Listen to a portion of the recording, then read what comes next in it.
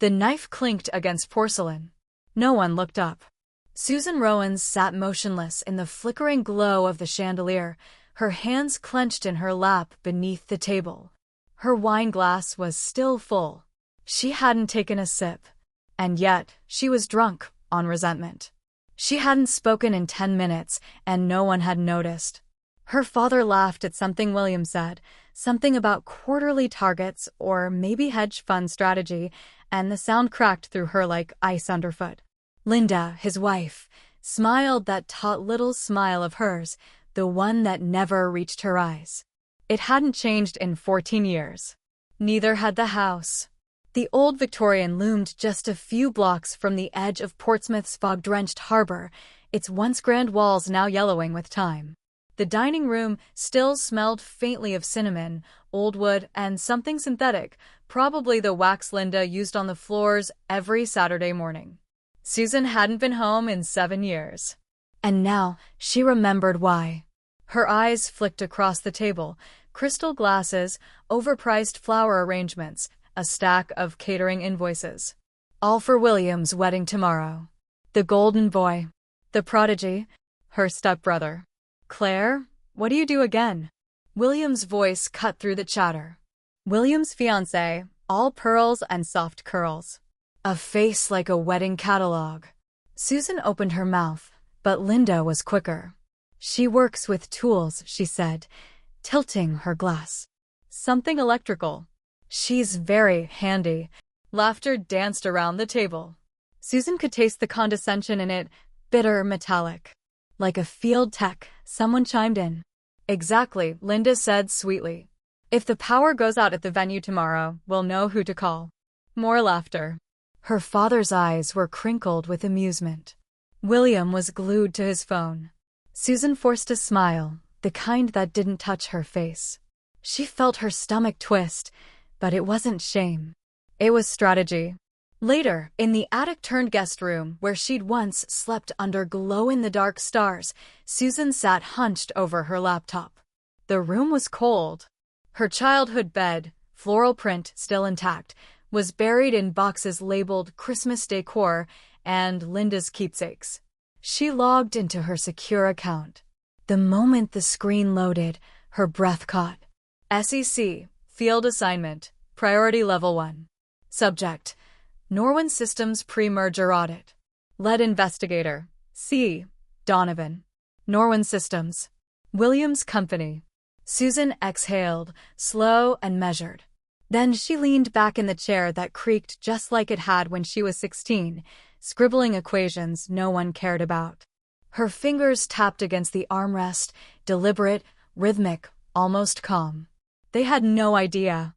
Not Linda, who still introduced her like a mechanic from a public works pamphlet. Not her father, who'd never asked a single real question since the day she left. Not William, who'd made a career of coasting on everyone else's applause. And tomorrow morning, Susan Rowans wouldn't be the invisible one. She would walk into Norwin's glass tower wearing a badge that meant power. She'd be the one with the authority to stop everything. Not out of spite, but because she finally could. She didn't sleep that night, not because of nerves. Because of clarity. And because sometimes, silence is louder than revenge. The stars still glowed. Cheap plastic, stuck to the ceiling like a child's wish that never came true. Susan lay beneath them in the dark, the air heavy with dust and old regrets. Down the hall, muffled laughter spilled through paper-thin walls. Linda's chirp. Her father's gravelly chuckle. William's voice loud, confident, bulletproof. They hadn't changed, but Susan had. And tomorrow, they'd learn the difference.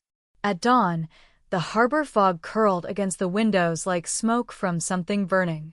Susan rose before the sun breached the roofs, her movements precise, mechanical. She steamed the navy suit until it looked like armor, pulled her hair back so tightly it stung, slid the SEC badge into the leather slit of her briefcase like a blade into its sheath. No one saw her leave. The sky was gunmetal gray. Rain threatened the horizon.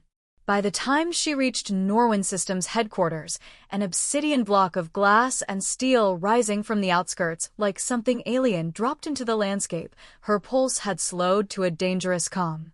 She sat in the car for a moment, watching her reflection in the rear view. Not the girl who once scraped grease from under her nails. Not their afterthought. Today, she was the reckoning. Inside, the receptionist nearly stood. "Can I help?" "Susan Rowans, SEC. I'm here for the merger audit."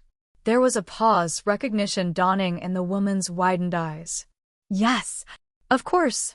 Just one moment." By the time she was led through Norwin's inner corridors, walls of glass like transparent prison cells, rumors were already rippling outward. People whispered. Chairs stopped rolling.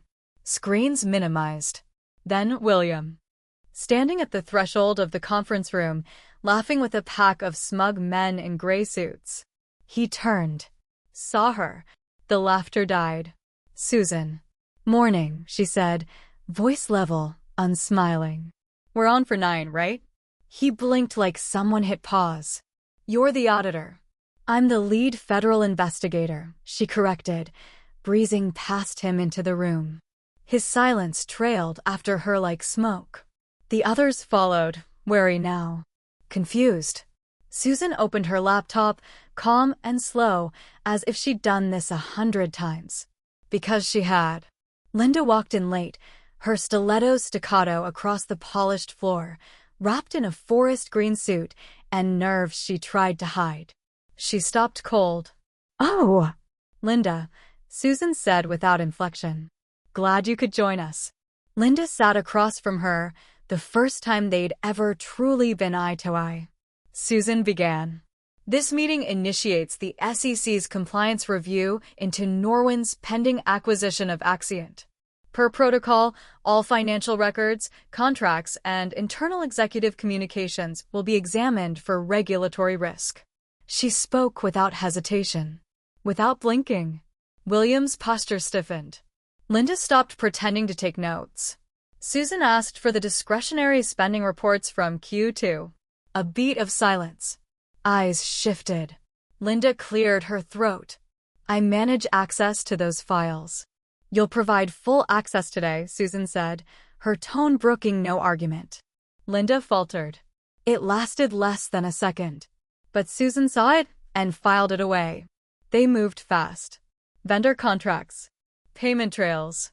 Consultant invoices. Susan flagged 3 anomalies, each one buried under layers of sign-offs. But William's name was there, small, indirect, sloppy. When she announced a 10-minute recess, the room emptied like a pressure valve had blown. Only William stayed. He shut the door behind him, face drawn tight. "Are you doing this to humiliate me?" Susan didn't look up. "I'm doing my job. What you feel is your responsibility. You should have told me." She laughed, once, low and bitter. "Told you what? That the mechanic you dismissed built a federal career without your validation? That I audit billion-dollar deals while you still have Linda managing your paperwork?" He opened his mouth, closed it. That part hit. "I didn't mean." "No," she cut in, sharp. "You didn't mean anything. That's the point. You let Linda turn me into a footnote. You laughed along. And now you want me to treat you like a professional peer." He ran a hand down his jaw. "Susan, if this deal collapses, I'm done. This merger is my career." She finally looked at him, really looked. And what he saw in her eyes was no longer hurt. It was precision. "Then I suggest your numbers hold up. Because I'm not here as your sister, William." She rose. "I'm the federal authority who decides whether Norwin gets to survive the next fiscal quarter." And without waiting for a reply, she walked out, heels echoing down the corridor like a gavel hitting wood. The hallway stretched ahead, sterile and humming with fluorescent tension. A man in a blazer jogged a few steps to catch up with her. Mid-30s, finance haircut, cheap cologne trying too hard. "You're Bradford's sister?" he asked, half smirking like it was a backstage secret. Susan didn't stop walking. "Something like that." He laughed under his breath. Well, damn. No one saw that coming. The guy walks around like he owns the air we breathe. Susan gave him a look cool, flat, like a scalpel left on ice. He fell behind. In truth, she felt no satisfaction. No burn of revenge. What pulsed through her instead was a calm, exacting certainty. Not justice. Not victory. Alignment. She'd spent years tuning her instincts like instruments. Now they rang in perfect pitch. When she re-entered the glass-walled conference room, the temperature had dropped. Linda was already there, arms crossed, spine tight as piano wire. She slid a folder across the table, no eye contact. Here, she said. Everything you asked for. Susan. Not Claire. Not sweetheart. Not the help. Just a name. Clean. Clinical. Like an adversary in court. Susan opened the file. Her fingers were steady. Her face unreadable. Inside, rows of numbers, account codes, expense flows. But patterns don't hide from people like Susan. They sing. 2 vendors billing the same line item. Consultant payouts with no recorded scope. And 1 offshore entity labeled only as MS, a lie dressed up as formality. She looked up. This wasn't included in your preliminary disclosures. Linda didn't blink. It's compliant. Feel free to dig. I intend to. They moved forward, slide by slide, number by number. The table had gone silent, everyone suddenly aware that they were not in a meeting. They were in a trial. William tried to keep up, but the mask of composure was cracking. Every time Susan asked a question, his answers got shorter. His voice drier. His eyes twitching between his own team for support that wasn't there. Then, an overinflated security contract. Susan paused. William, you signed this on May 12th. It's 62% over standard for this market. Explain the delta. He blinked. I'd have to check with procurement. You are procurement on this. You signed off. She slid the document toward him. A single sheet. Black ink. His own signature in the corner, like a ghost suddenly staring back. For a long moment, he just looked at it. Susan didn't gloat. She didn't need to. Something invisible shifted. A tectonic plate beneath his feet. The throne he imagined he sat on turned to dust. After the session, as the team filed out in brittle silence, a woman stepped into Susan's path. Dark suit. Platinum hair. Eyes that had seen 100 deals explode and survive. Michael Gorsty, she said. Axient Tech. Do you have 5 minutes? Susan followed her into a side room, a glass cube suspended over the city like a control tower. Michael shut the door. I didn't realize you were related to Robert Stahn, she said. Susan met her gaze. Half-blood. No loyalties. Michael smiled. You're good. Thorough. Sharp as hell. You're not angling. You're auditing. I don't deal in grudges, Susan said. Just liabilities. There was a pause. A flicker of admiration passed between them. That offshore entry. If this merger goes forward, what's your call? Susan didn't miss a beat. Full documentation. 5 business days. No response. I flagged DOJ. The deal stalls until it's clean. Michael nodded once. That's what I was hoping you'd say. Back at the house, Susan pushed open the door to the attic bedroom. The air smelled of mothballs and lavender that had long gone stale. The same crooked bookshelf. The same floral wallpaper peeling at the edges. The same twin bed covered in dust like no one had touched it since she left. She sat. The silence was thick, but it didn't press on her the way it used to. It just existed, like grief does. Constant. Low. Ambient. Her hand reached for her phone almost without thinking. She opened the folder labeled Mom, a digital grave of photos, receipts, old messages. She found the one email she couldn't bring herself to delete. Subject line. Rough week? The message was just 3 words. Keep going, Susan. That was it. Not advice. Not a solution. Just faith, plain and undeserved. She closed her eyes. And in the dark of that attic room, Where the girl she used to be had once cried into a pillow, Susan breathed out, slow and clean. She wasn't here to settle old debts. She was here to outlive them. The knock came just after sunrise. 3 soft raps. Hesitant. Susan opened the guest room door halfway, still in her pressed slacks and undershirt, tie in hand. William stood there, unshaven, eyes rimmed with fatigue. His usual posture, the shoulders back, confidence on demand stance, was gone. "Can we talk?" he asked. She didn't answer. He added, quieter, not in the boardroom. "Not as the auditor. As my sister." That word landed like a dead bird between them. Susan stepped into the hallway, not for him, but for herself. She needed to stand on solid ground when she said this next part. "You remember the summer Dad took you to the Cape?" she said. "Left me behind to focus on school? Said I didn't need distraction." William blinked. "Susan, that was forever ago." "Exactly," she said. "And I remember it more clearly than anything else about our childhood. That was the blueprint, William. You on vacation. Me, forgotten, expected to keep quiet and work." He looked away. "I didn't know that's how you felt." "No," she said. "You didn't care enough to ask." Silence pressed in like weather. He exhaled, hollow. "So what happens now?" She held his gaze. Calm, cold, balanced like a wire. "I finished the review. If it's clean, the merger moves. If it's not, it stalls." "And us?" he asked. "After this? Holidays? Family dinners?"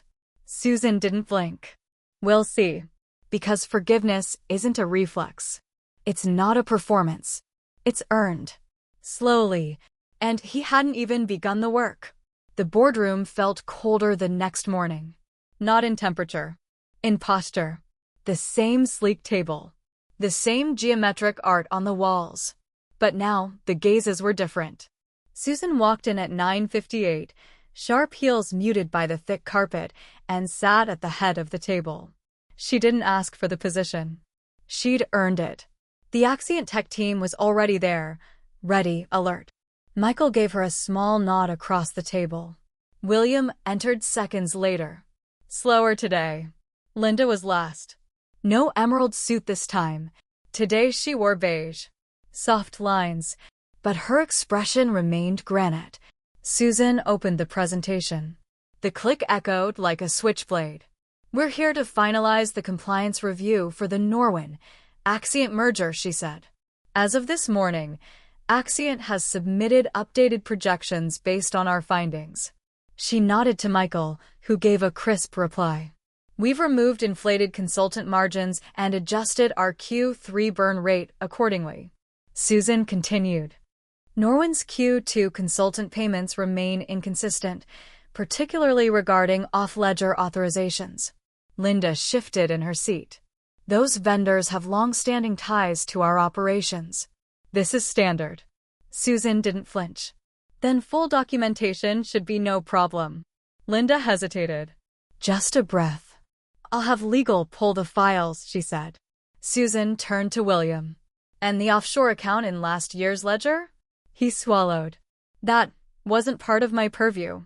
Susan slid the form forward, fingers steady. "This is your signature." His voice came smaller this time. Linda said it was cleared. Linda's head snapped toward him. "Don't pass the buck," she said, ice in her tone. "You're an executive. Own your decisions." Susan didn't speak. She didn't have to. The irony burned like incense in the room. For years, they'd run this family like a two-person play. Linda the director, William the lead, and Susan somewhere backstage, unspeaking, unseen. Now the lights had shifted, and they didn't know their lines anymore. She flipped to the next slide. "We're flagging this transaction for formal compliance review," she said. "If documentation doesn't validate it, the merger will be delayed pending DOJ guidance." Silence descended. Heavy. Absolute.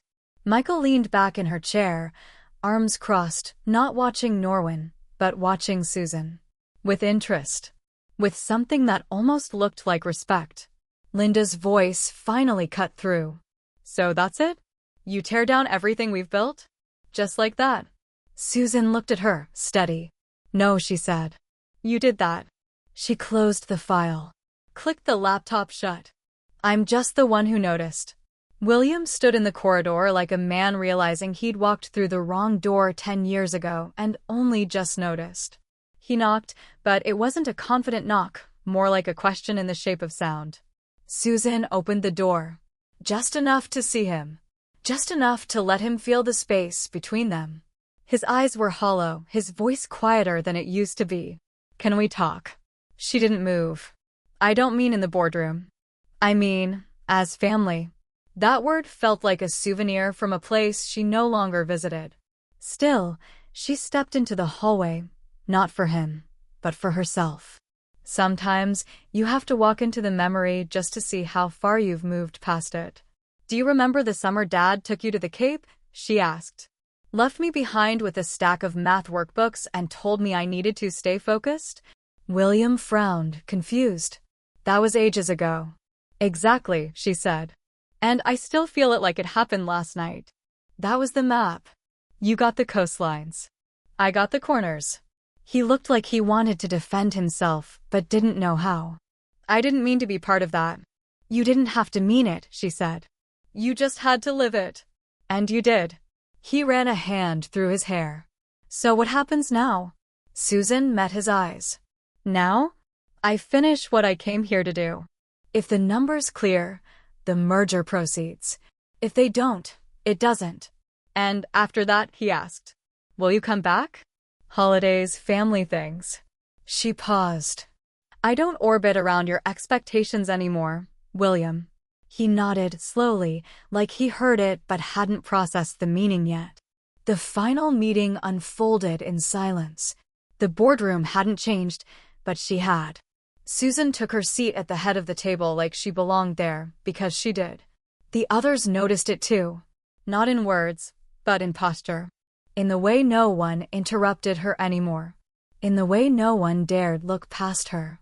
Linda sat across the table, no longer armored in green silk, but in beige wool and thin control. Her eyes stayed sharp, but the sharpness came from fear now, not confidence. Susan opened the presentation. Each click of the remote felt surgical. Axient Tech has submitted revised earnings projections in light of our findings, she said. We thank them for their transparency. Michael nodded, her gaze unwavering. Susan turned the screen again.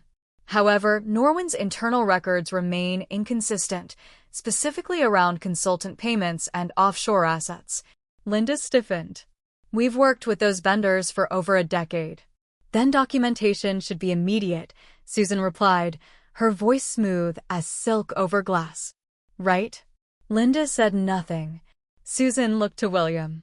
Do you have anything to add regarding the offshore disbursement marked in last year's operating budget? He hesitated. That was Linda's call, he muttered. I was told it was cleared. Linda turned to him with disbelief. Don't deflect. You signed off. That's on you. And just like that, the old alliance fractured. Susan didn't smile. She didn't have to. All her life, they'd been a duet. Linda leading. William echoing. Susan, silent in the wings. Now the stage had shifted, and she held the mic. I'll be flagging this account for compliance investigation, Susan said. Until it's clarified, the merger will remain on hold. A slow, heavy pause followed, one that made space for consequence. Linda's voice cut the silence, sharp and thin. You're just going to sabotage everything? After all we've built? Susan didn't flinch. No, she said. You did that. I'm just turning on the lights. Outside, the wind had changed. Colder now. More honest. She stood in the parking lot, the sky above her bruised with early autumn. William approached slowly, like someone approaching a mirror they'd avoided for too long. So, this is it then? This is me doing my job, she said, unlocking her rental. Then going home. He hesitated. Was it really that bad? How we treated you? She looked at him. Not cruelly. Not coldly. Just with the full weight of memory. You didn't treat me like anything at all, she said softly. And that was worse. He nodded, shame folding his frame like weather on paper. You were good in there, he said. Better than I've ever been. That caught me off guard. It shouldn't have. He took a breath. If things had been different. But they weren't, she said, cutting him off. And they won't be. That's the lesson, William. You don't rewrite the past. You stop repeating it. I'll try to fix it. Then start with yourself. She got in the car. Engine on. Her reflection in the rearview looked steady, untouched. Weeks later, the news came quietly. DOJ flagged the consultant discrepancies. The merger froze. Not with a bang, but with the clean silence of consequence. William was removed from the project. Linda's contract terminated without ceremony. Susan didn't toast or post. She didn't tell anyone. But when the envelope arrived, Norwin Legal, official letterhead, she read it alone in her DC apartment. Acknowledgement of audit findings. Lead compliance officer, Susan Rowans. Critical role in halting improper financial practices. She folded the letter once. Slipped it into a drawer. No frame. No fanfare. Just truth. One evening, her phone buzzed. Dad. She stared at the name like it was written in a language she'd once spoken. She answered. Susan, he said. Voice brittle. I heard about the audit. I didn't realize you'd become someone who could.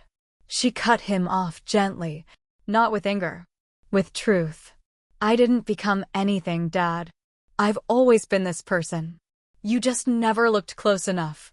And this time, she ended the call first. Not to shut him out. Just to move forward. My phone rang. I almost didn't answer. Somewhere in the space between the first and second buzz, I already knew it was him. The way you know a storm's coming before the thunder says so. I picked up.